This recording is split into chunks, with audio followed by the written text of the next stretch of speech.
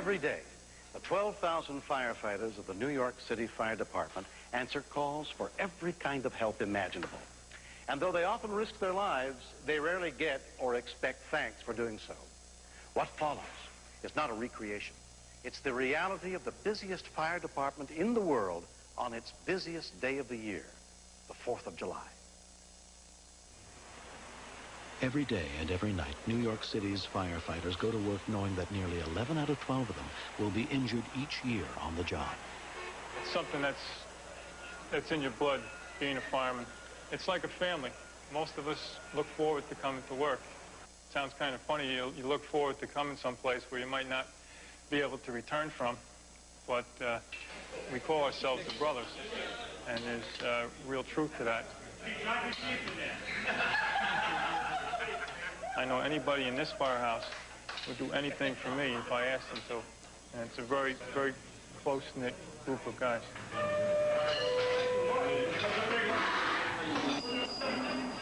A fire company has to be close-knit. Fires are far too uncontrollable and dangerous to be put out without well-coordinated teamwork.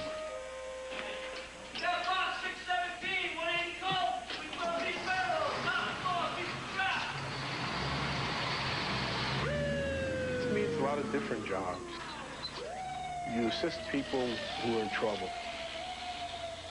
You know, it could be anything from a water leak to a person trapped on the top floor of a burning building. Whatever we're called on to do, we do. We do it best we can. Hey, Chief, we got a cat here. I don't know whose it is. One of the, You rescued a cat? Yeah.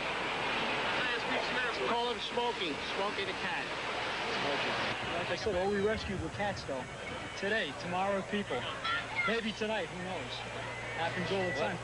Hang around here long enough, you see a lot of action.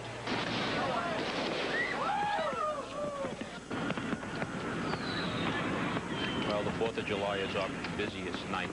Last year we did 3,800 alarms. Those are 3,800 alarms that were responded to in a 24-hour period on the 4th of July. At a special 4th of July command post, the fire department handles 10 times as many fires as on an average night. What we have is a lull in the activity. The fireworks display is starting on the East River. So a lot of people obviously go inside to watch that on the tube. And we'll wait to see what develops right after. Right after the commercial fireworks display is finished, the people start to do their own act.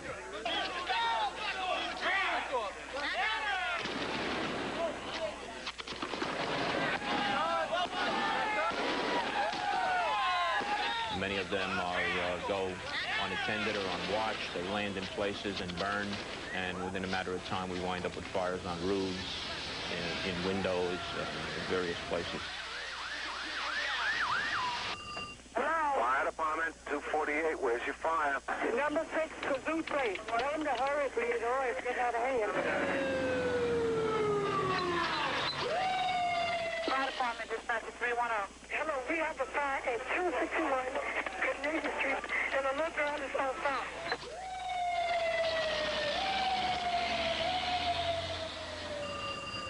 Fire Department 312 with the address. There's a fire in an abandoned building on 168th Street. 168th and where? Between the Concourse and Walton. That's 155 East 168. Right, and between Grand Concourse and Grand, the building is an empty abandoned building. Thank you, we'll be right there. Just before we came up here, we left the command center, and we're right below police headquarters. 911 is doing 13,000 calls a half hour. It's another 4th of July, huh? That's another 4th of July. A 3-alarm fire in a crowded neighborhood in the Bronx. 12 companies respond. There's certain situations that you get in, goes through the back of your mind, and I wanted to be a fireman. What's wrong, man? It must be crazy. I don't want to be here. I want to be any place but where I am right now. But then you just do what you have to do, and the thought will fade, and hopefully get out and everything will be okay.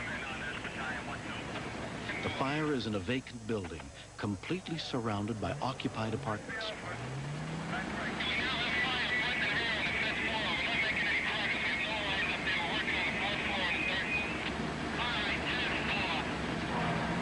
And, you know, the marshals will determine the course of origin later, but the fact that it seemed to have started on the roof 4th of July night, we have a feeling it might have been fireworks landing up there.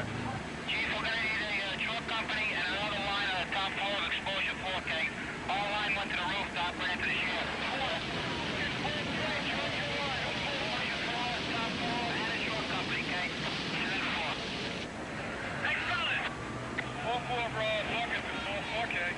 All right, give us water now.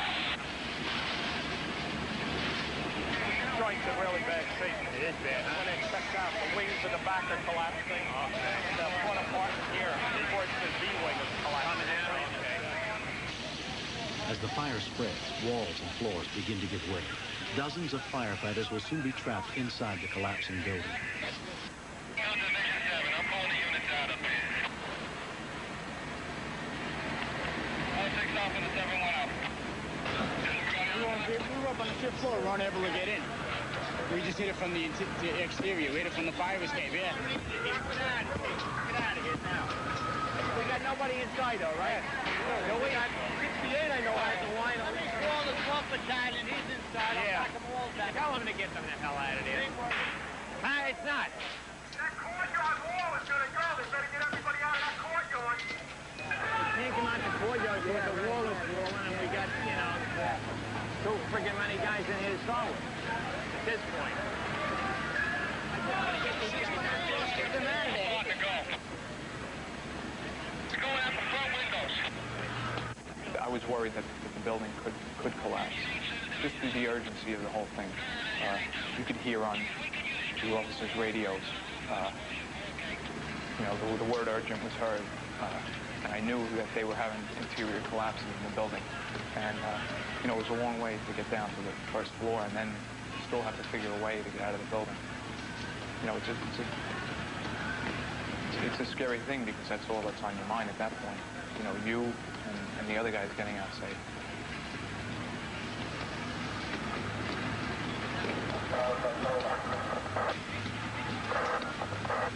This time, all the firefighters managed to get out, but only by leaving their hose lines behind. You'd be foolish not to be frightened, but you know, you got to rely on yourself. And the thing that doesn't make you, which you keep in the back of your mind, is you're there with people that will take care of you in case something happens. You know you'll never be abandoned there. The vacant building is a total loss, and a grim reminder of the loss in lives that could have been the outcome of that night.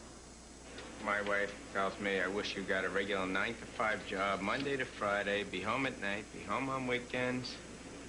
But that's not what I am into. I like this job. I love this job.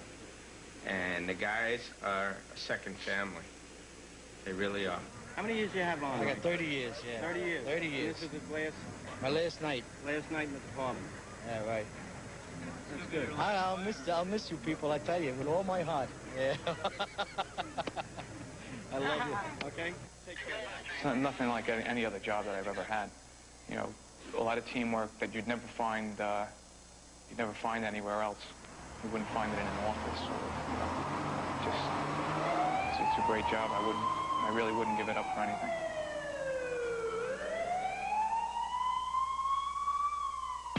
Next. I need an ambulance. There was nothing really that I could do about it. She's hardly breathing. Oh, don't cry. You gotta be brave for your mommy, okay?